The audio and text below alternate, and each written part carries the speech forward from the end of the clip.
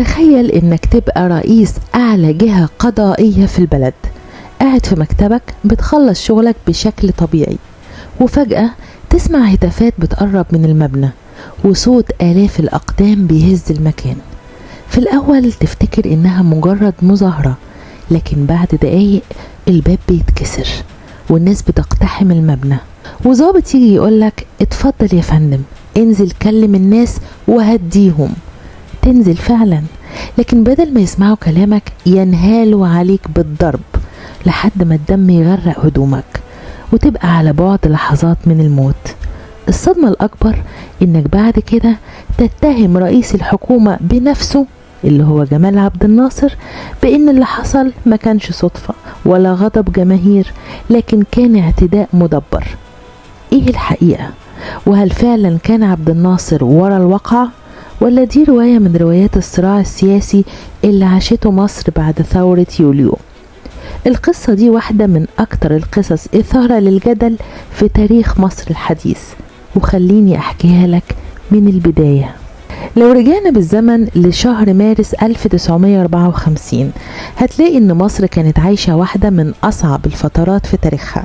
ثورة يوليو كان بقالها أقل من سنتين، الملك فاروق رحل والملكية انتهت، لكن السؤال اللي كان بيشغل الجميع وقتها كان مين هيحكم مصر؟ وهل الضباط هيسلموا السلطة لحكومة مدنية زي ما ناس كتير كانت متوقعة، ولا الجيش هيستمر في الحكم؟ السؤال ده هو مفتاح القصة كلها. في الوقت ده كان في اسم بيحظى باحترام كبير جدا سواء وسط رجال القانون أو بين السياسيين. الاسم ده هو المستشار عبد الرازق السنهوري، وده ما كانش مجرد قاضي. السنهوري كان واحد من أكبر فقهاء القانون في العالم العربي كله، راجل شارك في كتابة قوانين ودساتير لعدد من الدول العربية، وكان رئيس مجلس الدولة، الجهة القضائية اللي وظيفتها إنها تراجع قرارات الحكومة وتحكم في النزاعات الإدارية بين الدولة والمواطن. لكن الغريب إن السنهوري في البداية ما كانش ضد ثورة يوليو أصلا، بالعكس الراجل أيد حركة الضباط الأحرار في أيامها الأولى، بل وكان من الشخصيات القانونية اللي استعان بيها الضباط بعد نجاح الثورة. وبتقول مصادر تاريخية إنه شارك في إعداد وثيقة تنازل الملك فاروق عن العرش، وساهم في إعداد قانون الإصلاح الزراعي، وبعدين أصدر فتوى قانونية بحرمان حزب الوفد من ممارسة العمل السياسي في تلك المرحلة، وده خلاه يحظى بثقة مجلس قيادة الثورة في البداية. لكن السياسة عمرها ما بتفضل ثابتة، ومع مرور الشهور بدأت الخلافات تظهر. السنهوري كان شايف ان دور الجيش لازم ينتهي بمجرد استقرار البلد، وان السلطة لازم ترجع للمؤسسات المدنية، وان القضاء لازم يفضل مستقل وما يبقاش خاضع لأي سلطة تنفيذية، وكان بيطالب بعودة الدستور ورجوع الحياة النيابية وحل مجلس قيادة الثورة بعد انتهاء مهمته. وهنا بدأ الصدام الحقيقي، طبعا كان لازم يبدأ. في الناحية التانية كان جمال عبد الناصر بيواجه تحديات كبيرة جدا، صراعات داخل مجلس قيادة الثورة وخلافات مع الرئيس محمد نجيب وضغوط سياسية من كل الاتجاهات. وفي وسط كل ده بدأت أحكام مجلس الدولة تصدر ضد بعض قرارات الحكومة، وده خلق توتر متزايد بين السلطة التنفيذية ومجلس الدولة. وحسب عدد من المؤرخين وصل الخلاف لمرحلة غير مسبوقة، لكن محدش كان يتوقع ان الامور هتوصل للعنف. وجه يوم 29 مارس 1954 اليوم اللي هيبقى علامة فارقة في تاريخ القضاء المصري.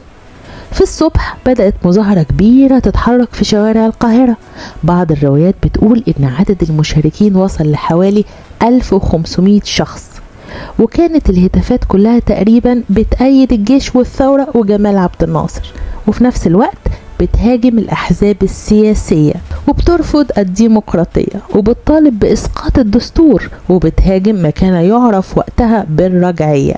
لكن وجهة المظاهرة ما كانتش عشوائية، المتظاهرين اتجهوا مباشرة إلى مقر مجلس الدولة في الجيزة، ولما وصلوا بدأت الهتافات تتغير وبدأ اسم السنهوري يتردد وسط الجموع، واتهموه بالخيانة وطالبوه بالاستقالة فورا.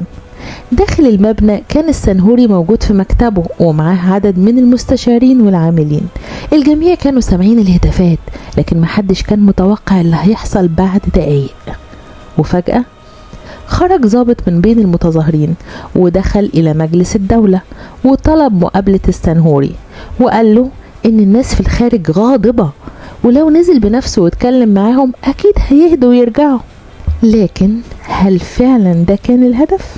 بحسب ما كتبه السنهوري بنفسه في مذكراته الإجابة كانت لا، لأنه قال إنه بمجرد ما خرج وقبل حتى ما ينطق بكلمة واحدة انهال عليه المتظاهرين بالضرب من كل اتجاه. وحسب الروايات كان الضرب عنيف جدا لدرجة إن الدم سال منه وكاد يفقد حياته، بل إن بعض الشهادات قالت إن أحد المعتدين كان يحمل آلة حادة، ولولا تدخل أحد سعاة مجلس الدولة كان ممكن تنتهي القصة بشكل مختلف تماما. لكن اللي حصل داخل المبنى كان أخطر مما يتخيله أي حد. داخل مجلس الدولة كانت الفوضى وصلت لأقصى درجة. الموظفين والمستشارين حاولوا يحموا رئيسهم، لكن عدد المتظاهرين كان كبير والوضع خرج عن السيطرة.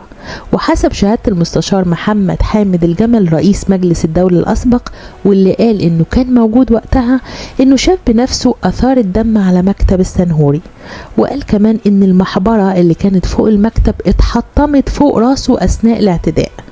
لكن دي ما كانتش المفاجأة الوحيدة. الروايات بتقول إن المستشارين والموظفين قدروا في النهاية يبعدوا السنهوري عن المتظاهرين، وفي الوقت ده وصل الصاغ صلاح سالم عضو مجلس قيادة الثورة. وحسب عدد من الروايات تم إخراج السنهوري من المبنى وهو ملفوف في سجادة عشان يقدروا يهربوه بعيد عن المتظاهرين اللي كانوا لسه موجودين في المكان. ولو كانت الرواية دي صحيحة فده يوضح قد إيه الموقف كان خطير. لكن اللي حصل بعد كده فتح باب الجدل لحد النهارده. بعد فترة قصيرة وصل جمال عبد الناصر بنفسه وكان معاه قوة من البوليس الحربي.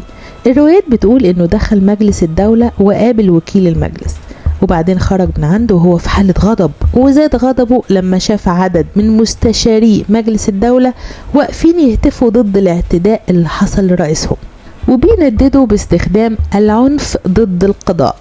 وهنا بدأت الأسئلة تكتر. ليه عبد الناصر حضر بنفسه؟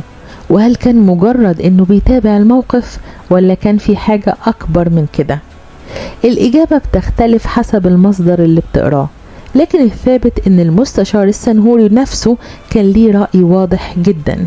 في مذكراته كتب انه في اللحظة دي ادرك ان اللي حصل ما كانش مجرد مظاهرة خرجت عن السيطرة، لكنه كان من وجهة نظره اعتداء مدبر. وده خلاه لما بدأت التحقيقات يوجه اتهام مباشر لعبد الناصر بالمسؤولية عن الواقعة. وحسب بعض الروايات لما عبد الناصر حاول يزور السنهوري في المستشفى في اليوم التالي رفض مقابلته، بل طلب من زوجته انها تمنع دخوله. لكن هل الاتهام ده ثبت رسميا؟ هنا لازم نقف لحظة، لأن دي نقطة مهمة جدا. رغم أن السنهوري اتهم عبد الناصر، ورغم أن في باحثين ومؤرخين بيعتبروا أن شهادات الشهود والظروف المحيطة بتدعم الاتهام، إلا أنه ما صدرش حكم قضائي نهائي يثبت أن عبد الناصر دبر الاعتداء بنفسه. عشان كده الواقعة دي لحد النهاردة ما زالت محل خلاف بين المؤرخين، لكن الخلاف بين الرجلين كان حقيقي وده محدش مختلف عليه. السؤال بقى ايه اللي وصل العلاقة بينهم للدرجة دي؟ الغريب ان السنهوري في بداية الثورة كان من اقرب الشخصيات القانونية للضباط الاحرار، بل انهم استعانوا بيه في ملفات مهمة جدا، وده لانه كان واحد من اكبر رجال القانون في مصر. لكن مع الوقت بدأ السنهوري يعترض على عدد من القرارات اللي كانت الحكومة بتصدرها، ومن أهمها القرارات الخاصة بإعادة تنظيم مجلس الدولة، لأنه كان شايف أن استقلال القضاء خط أحمر، وأن أي محاولة للسيطرة على القضاء هتضر بالدولة كلها، وده كان بداية الصدام الحقيقي. السنهوري ما اكتفاش برفض بعض القوانين، لكن كمان كان من أبرز الأصوات اللي طلبت بعودة الحياة النيابية، وكان بيقول إن الجيش لازم يرجع لثكناته، وإن الحكم لازم يرجع للمدنيين، وكان مقتنع إن نجاح أي ثورة لازم ينتهي بقيام دولة قانون مش باستمرار الحكم الاستثنائي. وفي نفس الوقت كان مجلس الدولة اللي بيرأسه بيصدر أحكام ضد بعض قرارات الحكومة، وده زاد من التوتر بين الطرفين، لدرجة إن عدد من الباحثين بيعتبروا إن الاعتداء على السنهوري كان نقطة فاصلة في العلاقة بين السلطة التنفيذية والقضاء. لكن القصة ما انتهتش هنا، لأن اللي حصل بعد كده بسنتين خلى ناس كتير ترجع تفتكر حادثة السنهوري من جديد.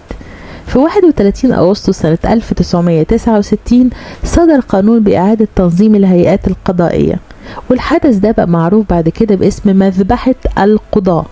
وبموجب القرارات دي تم حل وإعادة تشكيل عدد من الهيئات القضائية، وكمان اتغير نظام اختيار مجلس إدارة نادي القضاة، وحسب المصادر التاريخية تم عزل أو نقل عدد كبير من رجال القضاء، ومن بينهم رئيس محكمة النقد وعدد كبير من مستشاريها.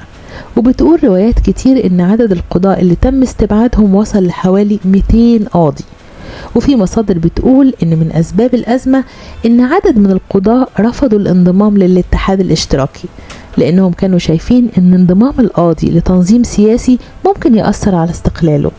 وده خلى ناس كتير تربط بين اللي حصل سنة 1969 وبين حادثة السنهوري قبلها ب15 سنة، لأن بعيدا عن الصراع السياسي مين أصلا كان عبد الرازق السنهوري، وليه اسمه لحد النهاردة بيتكرر في كليات الحقوق في العالم العربي كله. السنهوري ما كانش مجرد قاضي ولا مجرد رئيس مجلس الدولة، ده كان واحد من أهم فقهاء القانون المدني في القرن العشرين، لدرجة إنه شارك في وضع أو تطوير القوانين المدنية في دول عربية كتير زي العراق وسوريا وليبيا والسودان والكويت ودول عربية تانية. وعشان كده ناس كتير بتعتبره الأب الحقيقي للقانون المدني الحديث في العالم العربي. لكن في جانب تاني في شخصيته ناس كتير ما تعرفوش. في باحثين بيقولوا إن السنهوري كان عنده اهتمام كبير بالشريعة الإسلامية، مش بمعنى إنه كان رجل دين، لكن كان شايف إن الشريعة تقدر تكون مصدر أساسي للتشريع.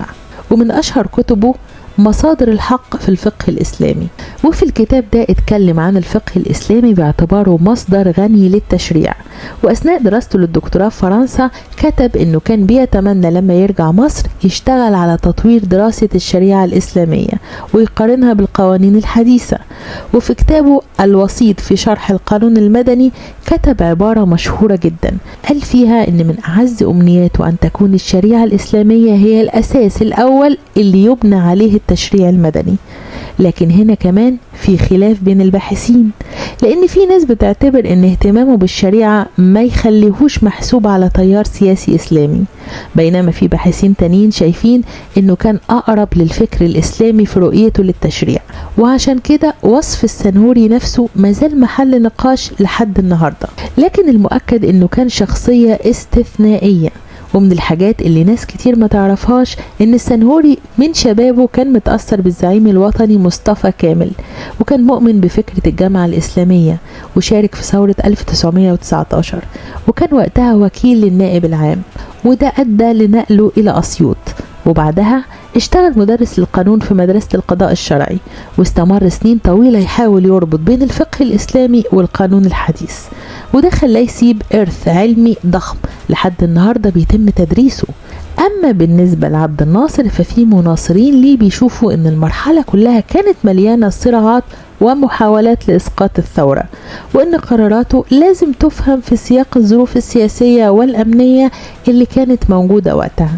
وفي المقابل في باحثين ومؤرخين بيشوفوا إن الصدام مع السنهوري ثم أحداث لاحقة زي أزمة القضاء سنة 1969 كانت من المحطات المهمة في تراجع استقلال القضاء، وده سبب استمرار الجدل حوالين الفترة دي لحد النهاردة.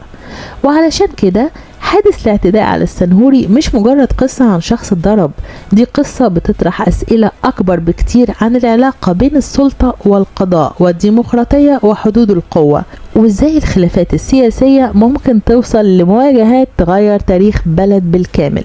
والحقيقة إن بعد أكتر من 70 سنة لسه في ناس مقتنعة إن اللي حصل كان اعتداء مدبر، وفي ناس شايفة إنه كان انفجار سياسي خرج عن السيطرة. ولحد النهاردة كل فريق بيستند إلى وثائق وشهادات وروايات بيدافع بيها عن وجهة نظره. أما الحقيقة الكاملة فما زالت محل نقاش بين المؤرخين لغاية النهاردة. انت شايف ايه؟ هل كانت واقعة السنهوري نقطة فاصلة في تاريخ مصر فعلا، ولا شايف ان الروايات المتداولة محتاجة اعادة قراءة من جديد؟ احب اشوف رأيك في التعليقات.